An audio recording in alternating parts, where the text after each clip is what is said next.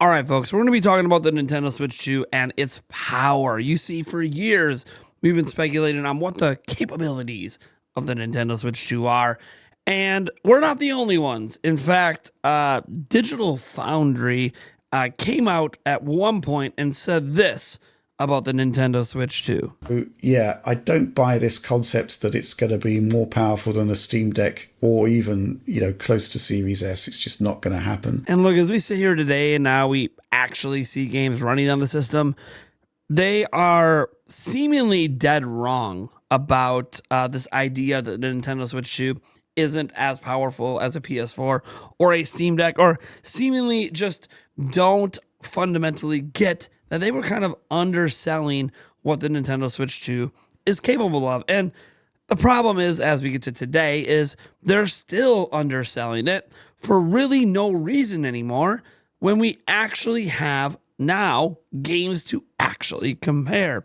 And I want to make sure I shout out a fellow content creator, someone who's come on our podcast several times, in Super Metal Dave 64, because he made a video about this, about the graphics of the Nintendo Switch 2, and almost all of the information in this video came from his video. He's much more technically inclined and can get into things like how lighting systems can be kind of different and how like screen space reflections can sometimes, in some cases, actually look better than ray tracing does, despite being an older technology that's easier to run. It really just depends on the game and the situation things are being used in. And that's all good and dandy, but I want to break this down into a bit more layman's terms for you guys. So yes, you absolutely should go watch his video for the deep tech dive on this, but we're going to address the fact that Digital Foundry is underselling the Nintendo Switch 2 and talk about why the Nintendo Switch 2 is actually seemingly significantly more powerful than a PlayStation 4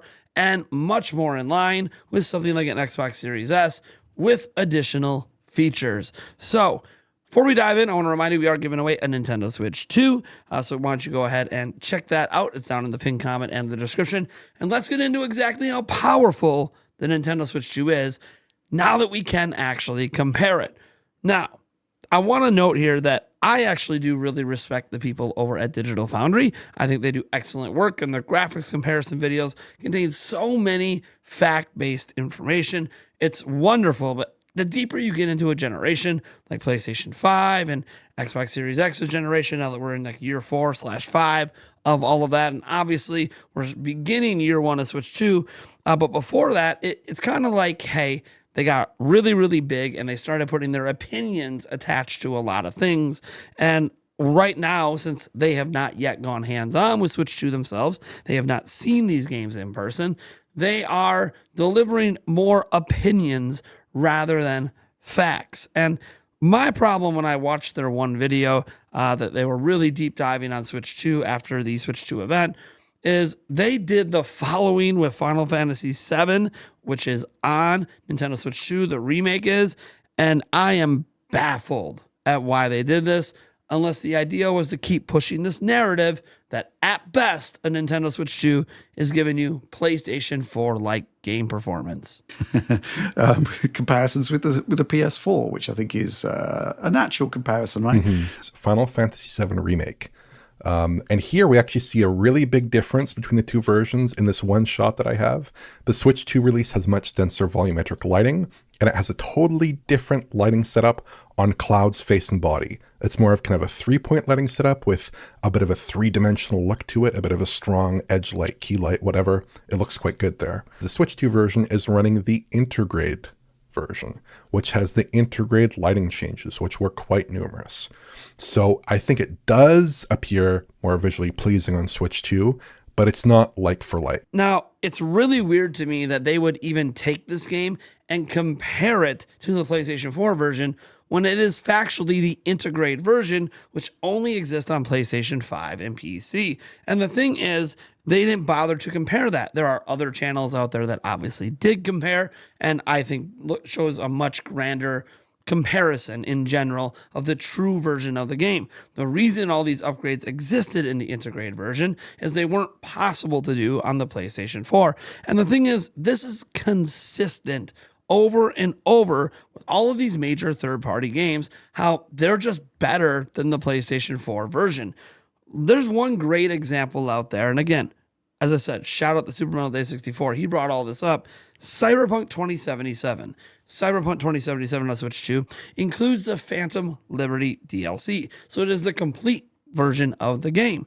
And the funny thing about that is they stated publicly why Phantom Liberty did not come to PlayStation 4. Here's what they actually said.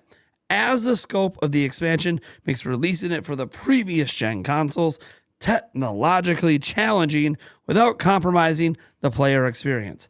They said out loud they can't take it to Xbox One, they can't take it to PlayStation 4 because it's too technologically challenging.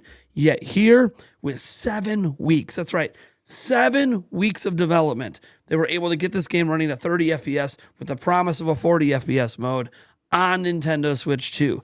7 weeks, and that includes the DLC they said was too technically challenging, and that really shouldn't surprise you. If you remember when Cyberpunk 2077 released, 2077, it was a mess on PlayStation 4. Look at all this broken footage, and it took them almost a year to really fix the game just to get it to run at 30 FPS, and they already told us there's going to be a performance mode in dot mode that runs at 40 FPS, meaning in dot mode, it is significantly more powerful than a PlayStation 4. And that's not surprising. They're using such different architectures that it didn't even make sense to make this comparison to PlayStation 4. But they want to push this narrative that Switch 2 is just doing what PlayStation 4 can do. And that doesn't really make any sense. And here's the thing. That's not the only example. Yakuza 0. Now, I'm not a big Yakuza guy, but I'm really happy this is coming over. And they say the game's running at a native, not DLSS, native 4K 60. Now, we can't prove without having the game on hand, doing our own pixel counts with direct feed footage, that yes, that it is, obviously 4K 60. But we got to go off what they're claiming the game is going to be at 4K 60 native. But even if we set aside that maybe it's not native, maybe it's DLSS, all you got to do is look at the side-by-sides with the PlayStation 5 version. And the thing is, the PlayStation 5 version is actually just an upscaled and up-resed, enhanced version of the PlayStation 4 game. And yet the Switch version looks better in almost every aspect. And that's what's insane about this is that's looking at it compared to the PlayStation 5 version.